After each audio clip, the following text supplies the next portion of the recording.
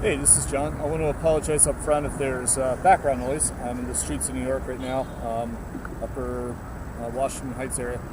So I want to talk real quick about a project that myself and others are working to build coast to coast. It's about national discussion across different political and moral idea communities on the left and the right.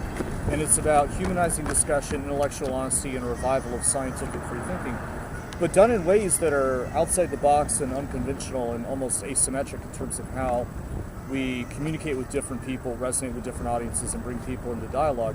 So we build a bridge between people on different sides of an issue, like Black Lives Matter or police reform. And we do this in a way that brings people together and also drives a wedge against extremism on the left and the right.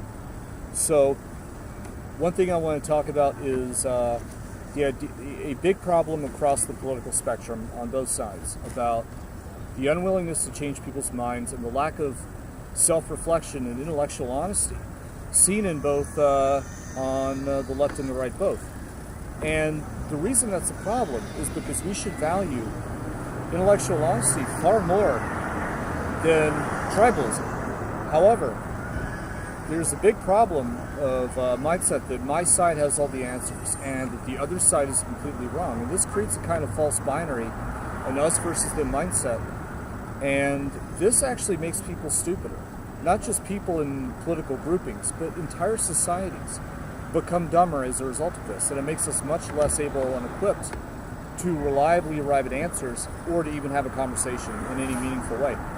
It also separates people in this kind of tribal moral segregation where people are unwilling to empathize with the outgroups. So people living in the suburbs will often avoid imagining what it's like to be a black person in a poor community being harassed by police, or someone in Black Lives Matter might often avoid imagining what it's like to be a cop walking the beat when they're trying to help a community. And there's other cops that are, legitimate problems, but most police are trying to do their job. And this creates a situation where people across race, across demographics, and across political ideology are unwilling to even empathize and imagine what it's like to be someone else, or even connect with somebody by expanding their sphere of concern. So one way to get around this is to create a national discussion and a kind of challenge for honesty and self-reflection on both sides. So for example, if you're a liberal, or you're a conservative, and you have a platform ideology and you have a certain belief across every single issue, do you really believe that you have all the answers, or that you are just inherently correct on every single issue across a dozen areas, from economics to foreign policy to global warming to gun control to poverty and safety nets to police and communities? Do you really believe the other side has nothing to offer? And that everything is divided between a binary of your side and the other side, that there's no middle ground, that there's nothing people can agree on, that it's Sith versus Jedi. Do you really see the world this way? And if so, did you really arrive at all these beliefs on your own, using your prefrontal cortex, using your rational, reasoning powers and your own independent thinking? Or was it more likely your emotion and your social environment? We're a social primate species. We arrive at things emotionally. As people like Jonathan Haidt, Michael Shermer, and Steven Pinker and others talk about in the realm of psychology, cognitive science, and moral psychology, we tend to arrive at our views for emotional reasons. Then we rationalize them by cherry-picking and surrounding ourselves with the kind of people and media that are going to confirm what we want to believe.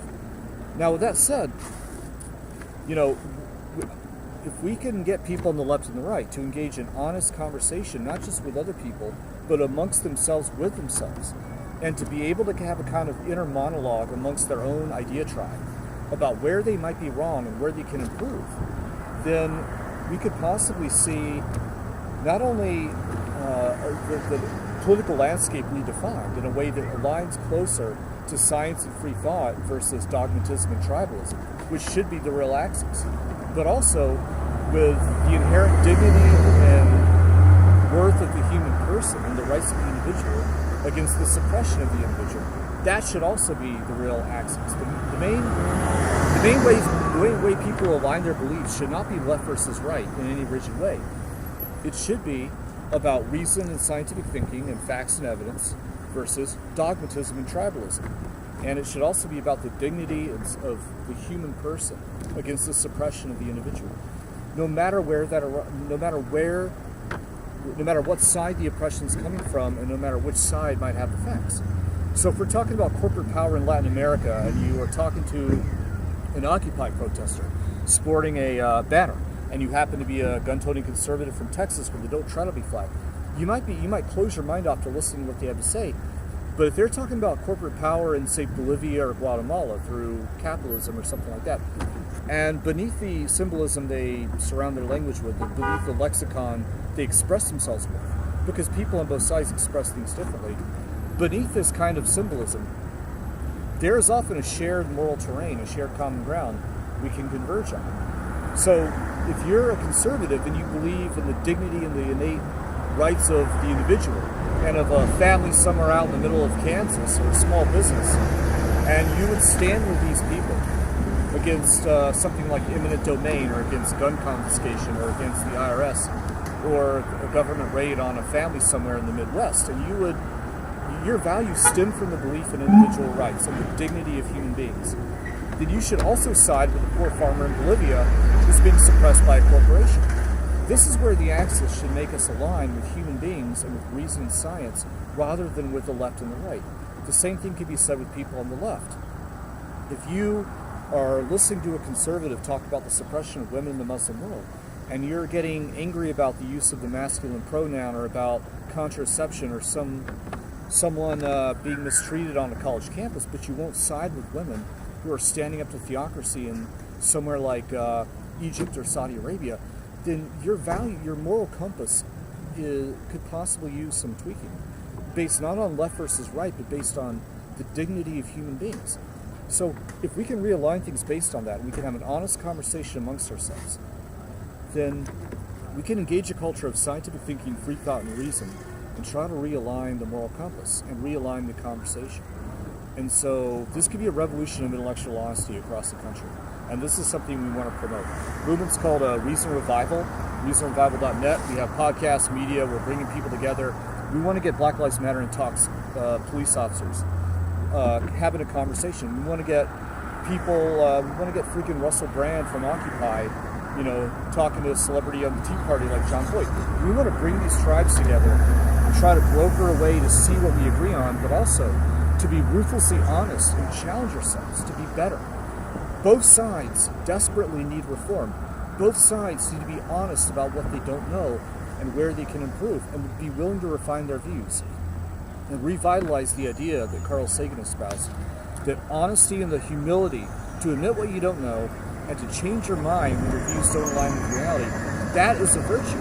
In politics, it is considered a sign of weakness. We must realign this kind of conversational terrain to try to better map the American landscape, to better redefine our values, and to try to seek improvement on both sides.